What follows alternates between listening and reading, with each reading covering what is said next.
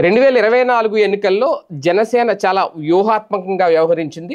కాపు vote బ్యాంకును తమ వైపుకు తిప్పుకొని వైఎస్ఆర్సీపీకి ఒక మాస్టర్ స్ట్రోక్ అయితే ఇవ్వడంలో సక్సెస్ అయింది. కంప్లీట్గా 11 స్థానాలకు పడిపోయే పరిస్థితి వచ్చింది వైసీపీకి. అంటే ఖచ్చితంగా కూటమి కట్టడమే అనేది అందరూ ఒప్పుకోవాల్సిన సత్యం. అయితే ఈ నేపథ్యంలో ఇప్పుడు తాజాగా జనసేనకు సంబంధించి ఉన్న కాపు ఓటు బ్యాంక్ ఏదైతే ఉందో దాని విషయంలో ఒక వ్యూహాత్మక స్ట్రాటజీ అయితే అవలంబించబోతున్నారా జగన్ అనేది ఒక చర్చ. ఎందుకంటే ఏపీకి ఖచ్చితంగా ఏపీలో రాజకీయం మారాలన్నా, ప్రభుత్వం మారాలి అన్నా కాపు సామాజిక వర్గం ఓట్ బ్యాంక్ చాలా కీలకం. దాదాపు 175 నియోజకవర్గాల్లో దాదాపు 70 నియోజకవర్గాల దాకా కాపులు ప్రభావితం చేసే నియోజకవర్గాలు ఉన్నాయి.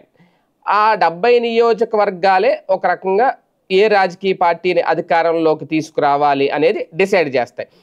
2014లో టీడీపీకి మద్దతు ఇచ్చిన కాపు సామాజిక వర్గం 2019 నాటికి వైసీపీ వైపు టర్న్ తీసుకుంది.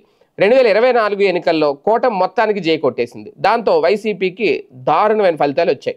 అయితే ప్రతి ఎన్నికకు కూడా కాపులు తమ నిర్ణయాన్ని మార్చుకుంటారు. ఆ విధంగా ఏపీలో ఒక ట్రాక్ రికార్డ్ అయితే 1983 నుంచి ఉంది.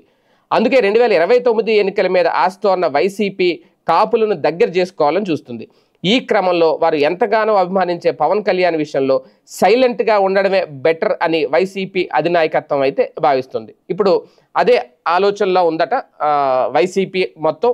అలాగే జగన్మోహన్ రెడ్డి ఆలోచన కూడా అలాగే ఉన్నాయట. ఎందుకంటే గతంలో కూడా జగన్మోహన్ రెడ్డి గారు 2024 ముందు కూడా 2024 ఎన్నికలకి సంబంధించి కంప్లీట్గా సోషల్ ఇంజనీరింగ్, సామాజిక సమీకరణాల నేపథ్యంలోనే సీట్లు కట్టబెట్టిన, బీసీలకు మేమే ఎక్కువ సీట్లు ఇచ్చామని చెప్పుకున్నా, ప్రాధాన్యత ఇస్తున్నామని చెప్పుకున్నా, ఈ సోషల్ ఇంజనీరింగ్ ద్వారానే ముందుకెళ్ళాలి అని అనుకున్నారు. కానీ ఒక సందర్భంలో అయితే అది సక్సెస్ కాలేదు అని చెప్పుకోవాలి.